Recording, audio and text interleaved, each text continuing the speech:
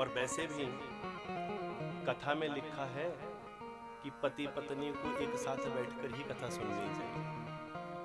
एक साथ कथा का श्रवण करने से कथा का लाभ 100 गुना बढ़ जाता है। जब तक भगवान ने जोड़ी बनाई हो, जब तक भगवान ने कृपा की हो, तब तक पति पत्नी को कौन सी 3 जगहें हैं जहां इकट्ठे जाना चाहिए? ध्यान से सुनिए। जब तक भगवान ने जोड़ी बनाई है और संभव हो, अगर कोई विशेष कोई मजबूरी ना हो, तो कौन सी 3 स्थान हैं जहां कभी अकेले नहीं जाना चाहिए? वो कौन से हैं?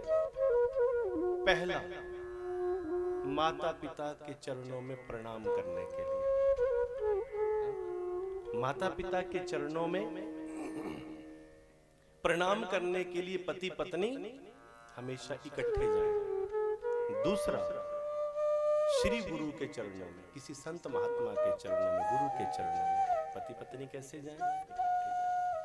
और तीसरे, कोई भी देवस्थान, भगवान का कोई भी स्थान, इन 3 स्थान पर पति पत्नी को एक साथ ही जाना चाहिए, जब तक कोई बहुत विशेष मजबूरी ना हो। और खास तौर पर सत्संग में तो ये कहा है कि पति पत्नी को एक साथ बैठकर कथा का श्रवण करना चाहिए। एक साथ इकट्ठे बैठें, इसीलिए ग्रंथि बंधन करते हैं। ग्रंथि बंधन समझते हैं? ग्रंथि बंधन, जब पति पत्नी को जो चुनरी बांधते हैं पूजा में बैठने के लिए, उसे कहते हैं ग्रंथि बंधन। तो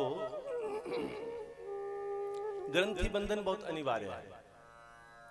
इसे आप इस तरह से समझ सकते हैं कि मान लीजिए पहले के समय में आप देखते हैं, जो हमारे बुजुर्ग यहाँ बैठे हैं उनको याद होगा, बैल, 2 बैल जब आप इकट्ठे लगाते हैं खेत की जुताई करने के लिए, तो उनको इकट्ठा बांधने के लिए क्या लगाते थे? जुंगड़ा होता था, और जुंगड़े के बीच में हल होता था। जुंगड़े का एक प्रॉपर साइज है। अगर एक बैल जाने अनजाने से सही से चलना नहीं जानता, एक बैल जाने अनजाने से अच्छे से चलना नहीं जानता, तो भी दूसरे बैल को देख देख कर और उसके जुंगड़े में कसा कसा वो चाहे भी तो इधर उधर भाग नहीं सकता, और फिर उतने ही अच्छी खेत की जुताई होती है। और अगर कहीं एक छलांग उधर लगा दी, दोनों के दोनों खराब हो गए, तो एक इधर भागेगा एक उधर भागेगा, तो जो लकीर ऐसे चलनी थी वो ऐसे ऐसे जाएगी, और बीच में जगह खाली छूट जाती है, उसे क्या कहते थे? ढली। क्या कहते थे उसको? कि जी ढली रह गई बीच में। तो पति पत्नी को ग्रंथि बंधन में लगाकर इस तरह से चलाया कि ये हमारे कर्मों का जो खेत है, कर्मों की जो तैयारी है, जिसे हम जुताई कर रहे हैं, जिसमें हमने कुछ बीजना है, तो उस कर्मों के इस खेत को, कर्मों की इस क्यारी को, उसमें हमने अच्छी तरह से जुताई करनी है। कौन सा बीज लगाना है?